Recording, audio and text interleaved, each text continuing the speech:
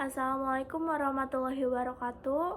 Perkenalkan, nama saya Arimbi Azra Prasandi dan saya adalah mahasiswi semester 1 di UIN Syarif Hidayatullah Jakarta, Fakultas Adab dan Humaniora, program studi terjemah. Jadi di sini saya mau mempresentasikan tentang peran partikel harf dalam menerjemahkan Arab ke Indonesia. Latar belakangnya adalah bahasa Arab memiliki struktur gramatikal yang kompleks dan banyak bergantung pada penggunaan partikel harf. Partikel ini berfungsi menghubungkan kata, menentukan makna dalam menerjemahkan ke bahasa Indonesia. Ada rumusan masalahnya, ada 4.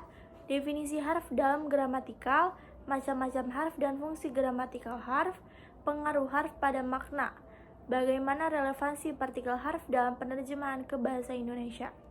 Tujuannya adalah menjelaskan fungsi gramatikal partikel harf, menganalisis pengaruh partikel harf terhadap makna kalimat, menunjukkan relevansi partikel harf dalam menerjemahkan ke bahasa Indonesia. Definisi harf itu adalah kata yang tidak bermakna sendiri kecuali terkait dengan kata lain, isim dan fiil. Jadi harf itu dia gak bisa berdiri sendiri kecuali bersama isim dan fiil. Harf merupakan salah satu 3 kategori dalam bahasa Arab. Jadi harf itu termasuk 3 kategori dalam bahasa Arab, yaitu isim, fiil, dan harf. Dan 3 ini itu sangat penting di dalam bahasa Arab dan tidak mengalami perubahan bentuk. Harf itu gak bisa berubah-ubah, walaupun dia udah jadi kalimat dan diirobkan, tetap harf itu tidak berubah bentuk. Fungsi murninya sebagai gramatikal dan relasi sintaksis.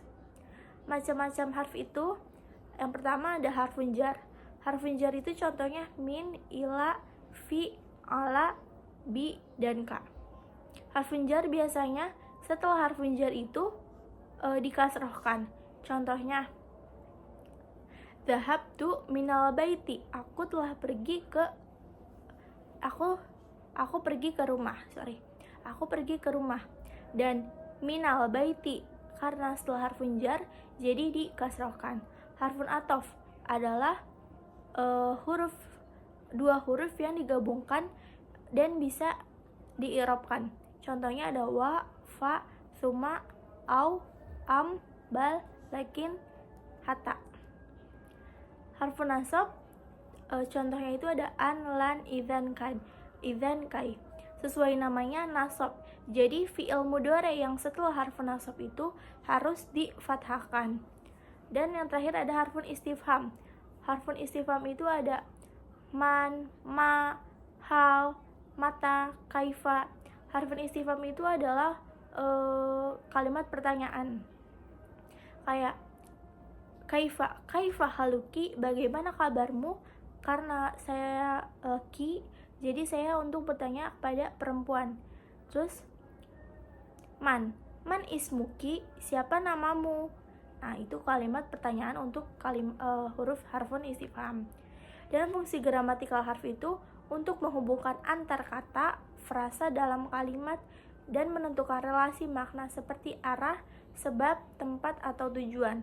Jadi harfun harf itu penting banget karena dia bisa menentukan makna, tempat, sebab, atau tujuannya.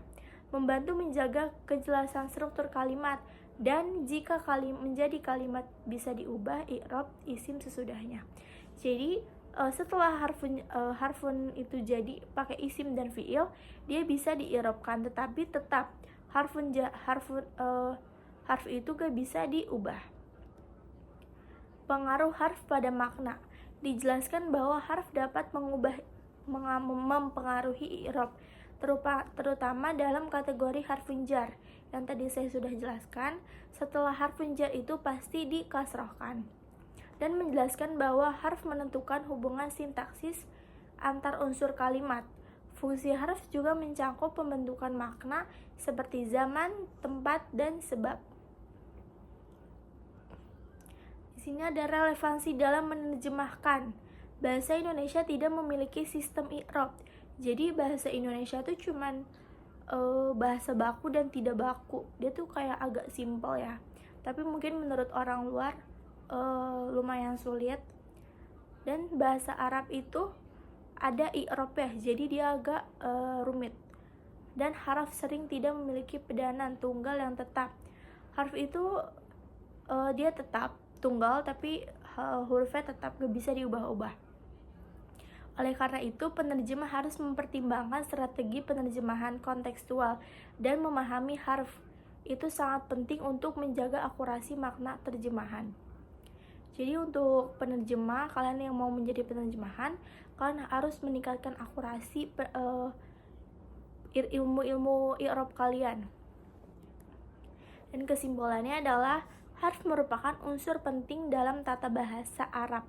Fungsinya menyangkut relasi sintaksis, pendana makna, dan perubahan i'rab. Dan itu sangat mempengaruhi dalam penerjemahan Arab Indonesia. Dan penerjemah perlu memahami teori nahu lainnya untuk menerjemahkan harf dengan benar. Jadi untuk kalian yang mau menjadi penerjemah atau mau translator, kalian itu harus memahami bahasa kalian tuh masing-masing, harus memahami bahasa yang mau kalian terjemahin itu. Kayak misalkan bahasa Arab, aku pengen menjadi penerjemah bahasa Arab, jadi aku tuh harus belajar nahu lebih dalam lagi, sorof lebih dalam lagi. Dan kalau misalkan kalian mau jadi translator, kalian harus memahami grammarnya itu lebih dalam lagi. Jadi itu aja yang aku mau presentasiin. Maaf banget kalau banyak kesalahan, karena aku juga masih belajar ya. Dan kalau salah tolong dimaklumi. Semoga ilmu-ilmu yang aku berikan itu bermanfaat. Terima kasih. Wassalamualaikum warahmatullahi wabarakatuh.